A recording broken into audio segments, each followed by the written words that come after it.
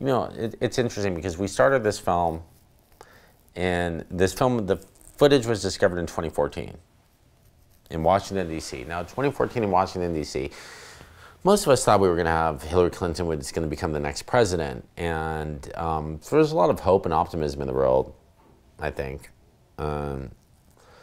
This is the days before Trump, and I think Trump really changed the culture. But you see, we're just plugging away making our film.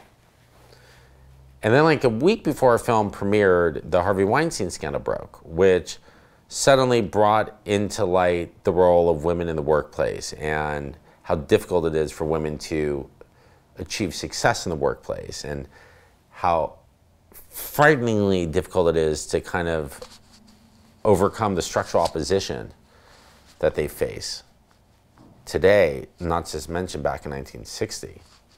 And here comes this story of this woman who overcame everything to achieve her dreams, did not compromise a thing.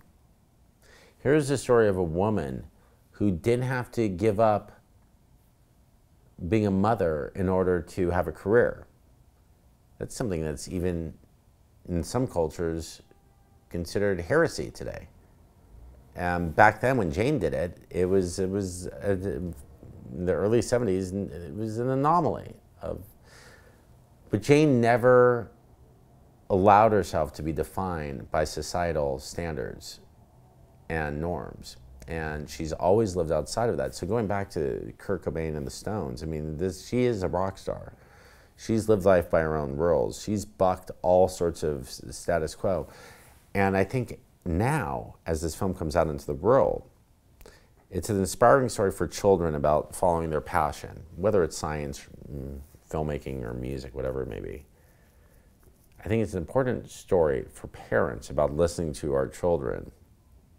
And I think it's an even more important story of our time for women to see a story of another woman who's a hero, like the year of Wonder Woman, Patty Jenkins. I mean, Jane is a real life superhero who did things that no man could ever do, and yet refused to define herself by her gender. To this day, she's very uncomfortable with the phrase feminist. She doesn't see herself as a feminist at all. And I don't view her as a feminist. And I think that's why she's such an amazing role model, that she refused to be defined by gender. Continue watching this fascinating conversation for free by clicking on the link below to visit our website, learn from the best minds in the world, and connect with a community of passionate people building the best versions of themselves. Just click on the link below, and I'll see you on the inside.